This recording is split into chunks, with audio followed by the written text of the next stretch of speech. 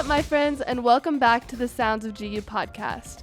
More specifically, welcome to this series with GU alumni that have graduated recently. What can you expect from this series? Well, you get the inside scoop on their experience at GU and how it shaped them to become who they are today. Each alumni has a unique perspective, so I'm so excited for you to hear about GU from all their different angles. You also get to learn about how GU shapes their students for their career after they graduate, not only academically in the classroom, but also in work, family, and societal life.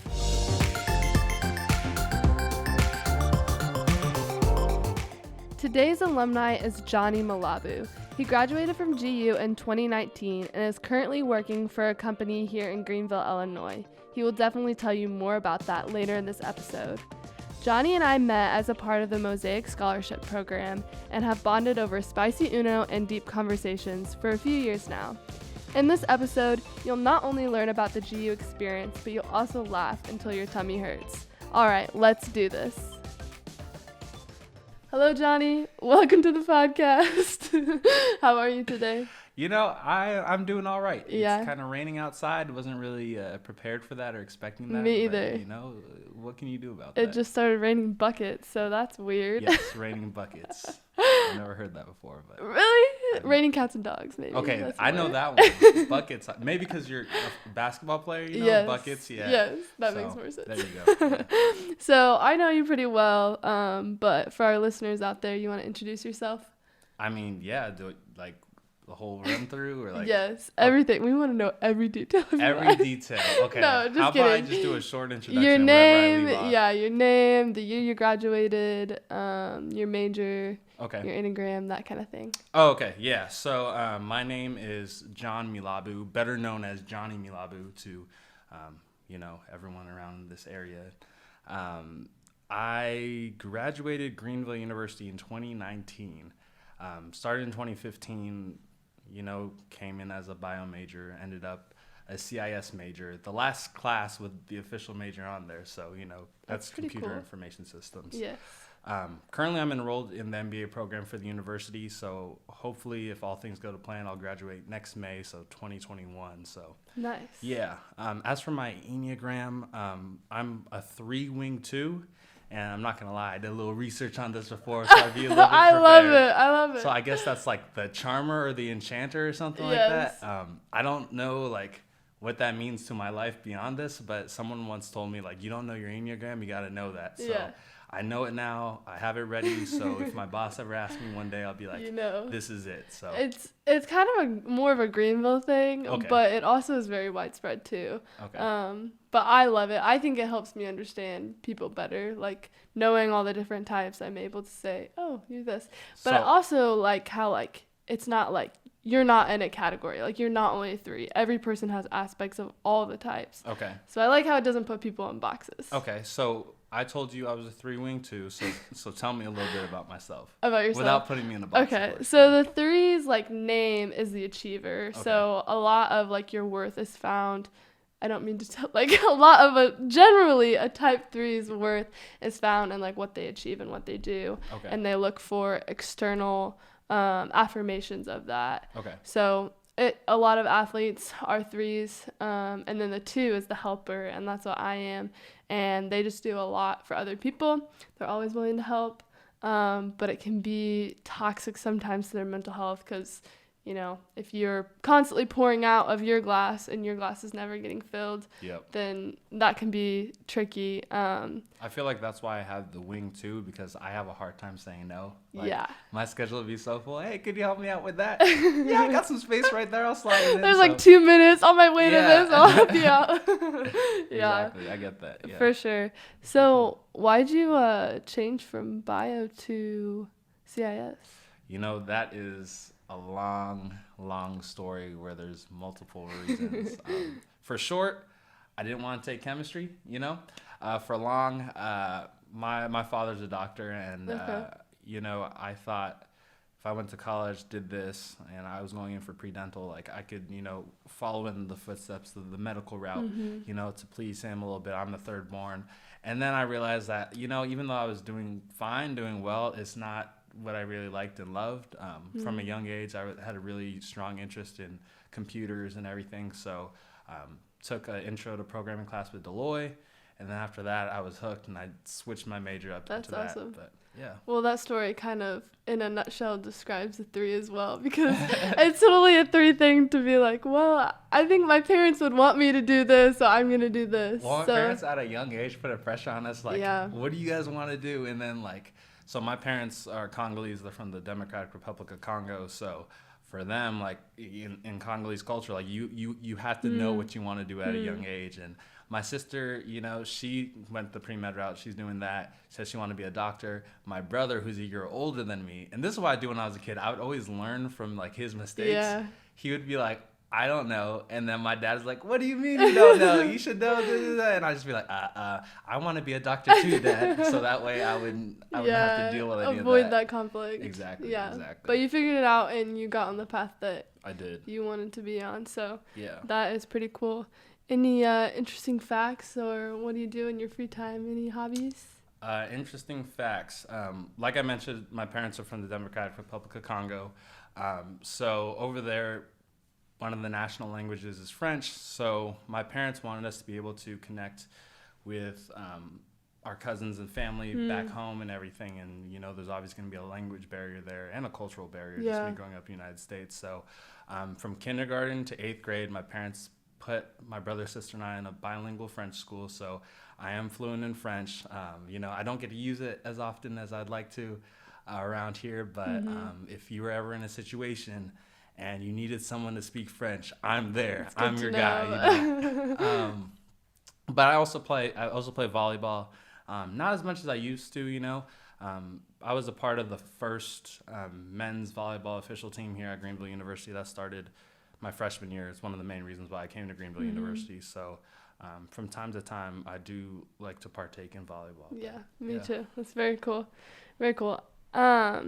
So we kind of already talked a little bit about your major, but anything you want to add other than just like your interest in computers about CIS? Yeah, so not only have I been interested in computers, but I've also been interested in business. You know, I had a business minor, ended up dropping it because I was told pretty much CIS is a subset of business, so makes sense. I currently work as a business analyst for a company called Tru North Partners, which is run by a GU grad, Lee Camp. But it was just interesting because I thought that I was going to go for a job in the field of CIS and everything, but I ended up getting, you know, I worked for admissions right after graduation, admissions at Greenville, and then I got this job in business. So it's just interesting to see that, you know, I still have that degree and it helps me with the job that I currently have, but it's never like a straight path. It's not, you know, that's not the industry I ended up being in. So. Yeah. You mentioned being told. Who, like, by your advisor? Is there someone that had a good influence on you in your career path and choice? Being told that about the business minor. Oh, yeah. So Deloitte Cole, you know, is a great advisor, teacher. He's been brought up on this podcast quite a few times. Yeah. I just, you know, like, I don't know. There's just something about him that's so infectious. You know, like when I first had his class, that intro class, and, you know, he knew I was an athlete. He was excited, and he was just super encouraging throughout the way. And, you know, him as an advisor, I'd come in and talk to him about, like, you know, these are the things I'm interested in. This is what I want to do. And, you know, he would guide me on the path, like align me with, you know, the right people I need to be aligned with. You know, there was one class where we had assigned mentors, and he signed me up with this mentor, was a Greenville grad, and he's like high up in the technology department for Bank of America, which was pretty huge. That is. So, you know, he was really good at forging a path for me inside this major that was unique to myself and very individualized to my wants and needs. So that's awesome. Shout out to Deloitte, you know. That's awesome. Love Deloitte. You mentioned men's volleyball. Was there anything else you were involved in while you're on campus? Man. So the story of my experience here on campus, like I touched on earlier, I have a hard time saying no. So freshman year, first men's volleyball team, carried that through all 4 years. I was a Mosaic Scholar the first class of that. Yeah, you were. Shout out to Pedro. Yeah, you're a Mosaic Scholar too, so that's one of the ways we got connected. But also, I got pushed into student senate, and I did that for 3 years. Junior year, I was class president for my class. So that was that was cool. I was also SAC president senior year, Student Athlete Advisory Committee. I believe that's what it stands for. I used to always get that wrong. But, and I feel like I'm leaving some things off. I always feel like that. It's like when you're very involved, you're like, oh, what did I forget? There has to be something. I just like to help out, I worked in admissions too as a student worker. I was one of the Salesforce admins. I worked under Corey Braden, who doesn't work here anymore. So I helped with that. But I think that's it in a nutshell. So. Yeah. I mean, there's a lot of time and energy that goes into each of those things. Yeah. So you want to talk about like just being so involved. How was that like? How did you balance it? Would you recommend to other students to get that involved and like that whole process? I feel like just being involved like enhanced my student experience here in general. It's really hard to feel a part of something unless you have like a level of involvement besides just going to class, going to this event, etc. Having your input heard and valued is very important to me. Now, in terms of balancing it, there's times where it did become too much, and I'm not perfect. In some situations, I may have dropped the ball in levels of expectations, but one thing that helped me throughout my years is to realize that, I can't live up to the expectations of so many other people. So senior year, I told myself I'm going to just focus on the things that I want to focus on, which was school, my grades, Mosaic, and volleyball, the things that I came here first. And that really helped me senior year just because, senior year you have a lot of your harder classes and you're finishing out and you're trying to figure out your move after college, etc. So I would say freshman year, pack that schedule, do it all, so that way you can figure out, your rest of your time here, what you want to be involved in, what you don't. I don't encourage students to be like, I'm just not going to be involved in everything like that, especially at a smaller university like this where like things are a lot more intimate in terms of like smaller classroom sizes.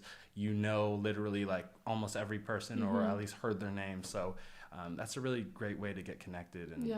But just don't do too much. Don't do too much. Yeah. know yourself and know how much you can handle. Exactly, I think is probably good. Your classes. Let's talk about those. What were your classes like? What was your favorite one? Any favorite professors or stories? Yeah, my classes are interesting because it was a mix of bio, business, CIS, and then a few gen eds that, I took a photography class and I'm taking that next semester. Yeah, I wasn't the best at that. It turned to an online class like after like weird. Like it was just, photography's hard. Like I thought I can go in there, click, but no, it didn't work. A lot more to that. Yeah, a lot more than that. Different lenses I knew different lenses I just didn't not one of my strong suits, photography. But probably one of my favorite classes freshman year was Western Civ, and that was taught by Richard Houston. Shout out to Richard Houston. But anyways, he was probably one of my favorite professors here. Funny story with that class. Most of the men's volleyball team my freshman year were all freshmen, except for exception of one, Sean Goff. He was a sophomore at the time. We were in that class, and we all sat in the back right corner. So there was like 5 or 6 of us. And Richard Houston goes up there. He's like, statistically speaking, it's proven that students that sit in the middle section in the front row achieve higher grades than those that sit in the back or in the corners. And, as a team, we took that as a personal challenge. So we said, okay, we'll show them that, that statistic's wrong. So we were involved the most in the class. We had the highest grades in the class. And, he ended up like loving us. And he does this thing in his class where he gives a shout out to athletes that performed well. And, we had that class first semester in the fall. So like our season was in the spring. So we're like, man, we're never going to get a shout out from Richard Houston. Second semester, I was in a class. I was in one of my math courses. And in comes in Richard Houston with the newspaper. Gosh. He's like, I'm sorry to interrupt your class. I just wanted to give a quick shout out to Johnny Milabu. In this match, he did this, and started reading out my stats, and then, coordinated like clap and everything like that. And I was just like, wow, that's great. This guy's amazing. So I love that instead of, I thought you were going to say, so we all moved to the front row. Oh, no. No, you beat the statistic. That's awesome. Well, it was just also that, like, just being a team of freshmen coming in, we didn't have that upperclassman, like, guidance or introduction to the school. Yeah. So, like, we were all kind of, like, I don't want to say shy, but, like, we're sticking with each other because this is, who we have. So I'm sure if more of us would have moved to the front, we would have. But, like, we just decided, like, nah, let's stand our ground with this and, we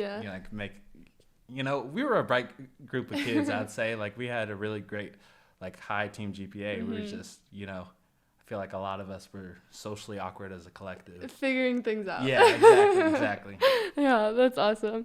I love Richard Houston. That story is great. Yeah. Can you talk a little bit about what you're doing now and your role? You mentioned who you work for, but kind of what your role in that business is. So I work for Tru North Partners. The best and simplest way that I can put into what we do is, we're consultants. And I know if my boss listens to this, he's going to be mad and be like, we're not consultants. But I'm sorry. I'm just trying to, like, make it as simple as I can. But we focus primarily with support service managers and departments of businesses. So, like, the environmental services team, like the janitorial staff, et cetera. And we just figure out ways that we can better the team, help the organization as a whole, and just improve. So with that, I'm a business analyst. I'm working on a project for this company. That's my primary responsibility, And so it's been a great learning process. Figuring out, doing a lot of project management right off the bat. I'm just trying to learn the industry, but also, like, work in the industry as well. That's what my boss says it. So, it's been fun so far. I've learned a lot. And, the business side of me has definitely been getting fed a lot. So yeah, that's awesome. Cool. It's been great. How do you feel like your education at Greenville helped prepare you for what you're doing now? Yeah. So my boss is a Greenville grad. So going back to the day we interviewed, one thing that it's been really, like, influential in my life is one of the pillars of Greenville is just servant leadership. So when we were interviewing, he asked me, like, what I wanted to do, and I hate that question because, like I touched on earlier, I didn't know when I was a kid. And to this day, I don't know. But at the root of everything that I do and everything, like, I just want to help people. Like, that's one of the biggest things for me. And, one of our missions and our goals is to help elevate people in those departments that I mentioned earlier so that they can be the best versions of themselves. And even if they wanted to elevate, like, out of that role and transition to, like, say, a managerial or something, give them the tools to do that. So, my time at Greenville really taught me a lot about servant leadership, and my boss exemplifies that because he's really interested in my growth. He sees me as an investment to the company, which is really huge. And how that translates to me, everything that I'm doing, I'm trying to serve my teammates, well, coworkers yeah, now. Sorry. But, like, I had the same mentality when I was an athlete, too. That's why I said teammates. Yeah, I like it. It's okay. So when we had the interview, it was just like, we just hit it off instantly. We were like, just talking to a friend or something. So we're on the same wavelength of that. And my time at Greenville helped pave that. And it's cool to see that a Greenville grad from, decades ago can speak directly to a Greenville grad now and connect on that level. And I thought that was just amazing. That is cool because talking to alumni, things have changed a lot. Like, we still have the same mission. We still have the same, like, outcomes, but just campus life is different and just the things that operate are different. But that's really cool that even though your experience was a completely different time period, you're still able to understand each other on a whole new level. So that's really cool. If you had to do anything differently, would you change anything about your Greenville experience? I would try to, my freshman year, I really kept to myself a lot. Definitely reach out to more people and connect with the people around me. I just feel like So I'm from California originally. Freshman year was tough. Being here was a tough transition. Different cultures, being far from home. Yeah. So some weekends I would just stay in my room, and my roommate, he was from Hawaii. Shout out to Shami Day. And so we would just hang out with each other and bond over the fact that we're so far away from home. But I wish I really would have taken the time to get to know a lot of the people, because my sophomore through senior year I did that, and I had a tremendously better time. So that's awesome. Different. Yeah. Any tips? How did you get just saying yes to things and getting involved in those different things? Or that freshman year, how would you say you could get involved more? I would just line yourself up with good people in your corner. So as much as many things I did freshman year, a lot of those things was people pushing me towards it. So Ackerman, he's the one that recruited me. He's now the current athletic director. Shout out to Tom Ackerman. I love it. Get closer to the mic. He was pushing me to do things, and like I said with the Mosaic, Pedro was always pushing me to do things. And they have friends that are professors in the circle that would oh yeah, I heard your name. Edwin Esteves used to be here. He was the vice president of the school at the time. Shout out to Edwin Esteves. He would oh, I know you're the volleyball guy and everything like that. And then would you be interested in this? And I have all these people, and that drives into the expectations thing with the 3. And I was just well, this person sees this in me, so maybe I should go do this and try that. So definitely having, a support system in your corner, not only your support system at home, but here on campus is very important. And I feel like that's not too hard to establish here at Greenville. There's people that are constantly here looking out for you and caring for you. So it could even be a conversation with your RA, they'll definitely help you get connected. Yeah. So it sounds like you had a lot of great mentors while you were here. So it's very cool. They still continue to be mentors to this day. So I'm very thankful and grateful. That's for that. awesome.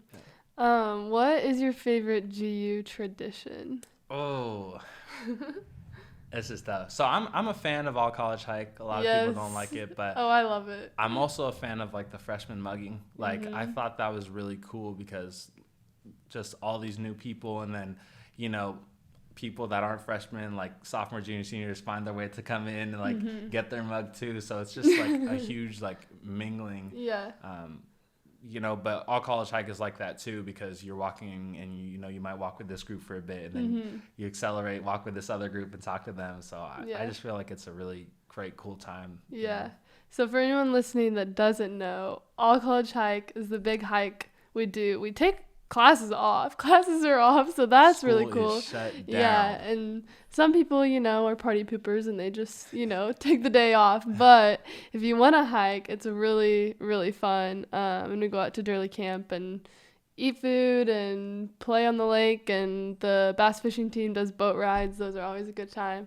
And then the freshman mugging, we definitely have to explain that, because it sounds very intimidating. Yeah, they get all the freshmen, tell them to walk down this alley, and Yeah. basically out in front of the library. Yes. That's where they do it. Yeah, sorry, I'm not that too far removed, but they have DJs set up, and they have a table with these mugs. Each class has their own different mug. I think my freshman year was see-through or something. I may be wrong, but I have a bunch of different mugs. Ones, yeah. It's kind of cool. Yeah, they fill it with root beer floats and everything. So that's why it's called the freshman mugging. It's not as scary as it sounds. Yes, so, but I agree. That event's fun. And even I've had to put so many scoops of ice cream in all those mugs that even then, I absolutely love it. So I like those traditions as well. Any GU memories that you'll never forget? I have a ton.